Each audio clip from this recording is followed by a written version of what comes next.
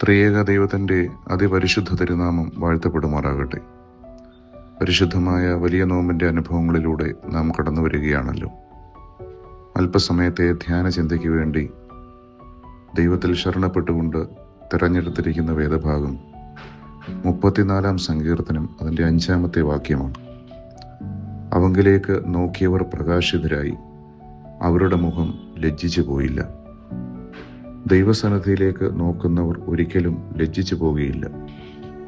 1 രാജാക്കന്മാർ 18-ാം അധ്യായത്തിൽ ഏലിയാവ് കർമ്മേൽ പർവ്വതത്തിൽ നിന്നുകൊണ്ട് യഹോവയുടെ സന്നിധിയിലേക്ക് നോക്കി പ്രാർത്ഥിക്കുന്ന ഒരു പ്രാർത്ഥനയുണ്ട്. യഹോവ അതിൽ പ്രീതിപ്പെടുകയും ബലിയെ സ്വീകരിക്കുകയും ചെയ്യുന്ന ഒരു വലിയ അനുഭവം അവിടെ കാണുവാൻ നമുക്ക് സാധിക്കും. ആ കർമ്മേൽ പർവ്വതത്തിൽ യഹോവയോട് പ്രാർത്ഥിക്കുവാൻ ചില ഒരുക്കങ്ങൾ ഏലിയ പ്രവാചകൻ നടത്തുന്നുണ്ട്. എത്രമാത്രം ഉത്സാഹത്തോടും വിശ്വാസത്തോടും ധൈര്യത്തോടും കൂടിയാണ് ഏലിയാവ് ആ ഒരുക്കങ്ങളൊക്കെ അവിടെ ചെയ്യുന്നത്. ഇന്നും ദൈവം നമുക്കിടയിൽ ഇങ്ങനെ പ്രസാദിക്കുവാൻ നമ്മിലേക്ക് നോക്കിക്കൊണ്ടിരിക്കുന്നു. 53-ാം സങ്കീർത്തനം അതിൻ്റെ 2-ാമത്തെ വാക്യത്തിൽ കാണുന്നു, ദൈവത്തെ അന്വേഷിക്കുന്ന ബുദ്ധിമാനുണ്ടോ എന്ന് കാണുവാൻ ദൈവം സ്വർഗത്തിൽ നിന്നും മനുഷ്യപുത്രന്മാരെ നോക്കുന്നു. അങ്ങനെ നോക്കുമ്പോൾ ഉറപ്പും ധൈര്യവുമുള്ളവരായി കാണപ്പെടുവാൻ നമുക്ക് സാധിക്കണം.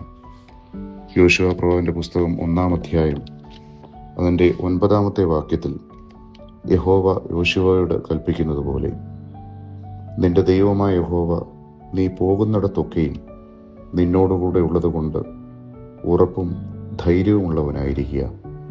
ഭയപ്പെടരുത്, ഭ്രമിക്കുകയുമരുത്. ഈ പരിശുദ്ധമായ നോമ്പ് നമുക്ക് ദൈവസന്നിധിയിലേക്ക് അടുത്തു വരുവാനുള്ള ഒരു സമയമാണ്. 1 പത്രോസ് 2-ാം അധ്യായം അതിൻ്റെ 1 മുതൽ 3 വരെയുള്ള വാക്യങ്ങളിൽ കാണുന്നത് പോലെ, ആകയാൽ സകല ദുഷ്ടതയും എല്ലാ ചതിവും വ്യാജഭാവവും അസൂയയും എല്ലാ നുണകളും നീക്കിക്കളഞ്ഞ് ഇപ്പോൾ ജനിച്ച ശിശുക്കളെ പോലെ രക്ഷയ്ക്കായി വളരുവാൻ വചനമെന്ന മായമില്ലാത്ത പാൽ കുടിക്കുവാൻ വാഞ്ചിക്കുവിൻ. കർത്താവ് നല്ലവനെന്ന് രുചിച്ചറിഞ്ഞിട്ടുണ്ടല്ലോ. ദൈവം നല്ലവനെന്ന് രുചിച്ചറിയുവാനുള്ള ഒരവസരം കൂടിയാണ് ഈ പരിശുദ്ധമായ വലിയ നോമ്പ്.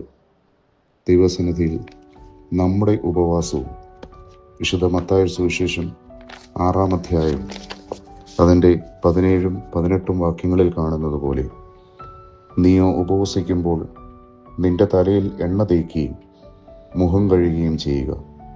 നിന്റെ ഉപവാസം മനുഷ്യരല്ല, രഹസ്യത്തിലുള്ള നിന്റെ പിതാവ് കാണേണ്ടതിനും രഹസ്യത്തിൽ കാണുന്ന നിന്റെ പിതാവ് നിനക്ക് പ്രതിഫലം നൽകേണ്ടതിനും തന്നെ. ആ തരത്തിൽ നമ്മുടെ ഉപവാസവും പ്രാർത്ഥനയും ഒക്കെ ആയിത്തീരട്ടെ. അങ്ങനെ ഈ വലിയ നോമ്പിൻ്റെ അനുഭവത്തിൽ നമുക്കും ദൈവപ്രസാദം ലഭിക്കുന്നവരായി, ശുദ്ധിയുള്ളവരായി, പ്രകാശിതരായി തീരുവാൻ ഇടയാകട്ടെ. ആമീൻ.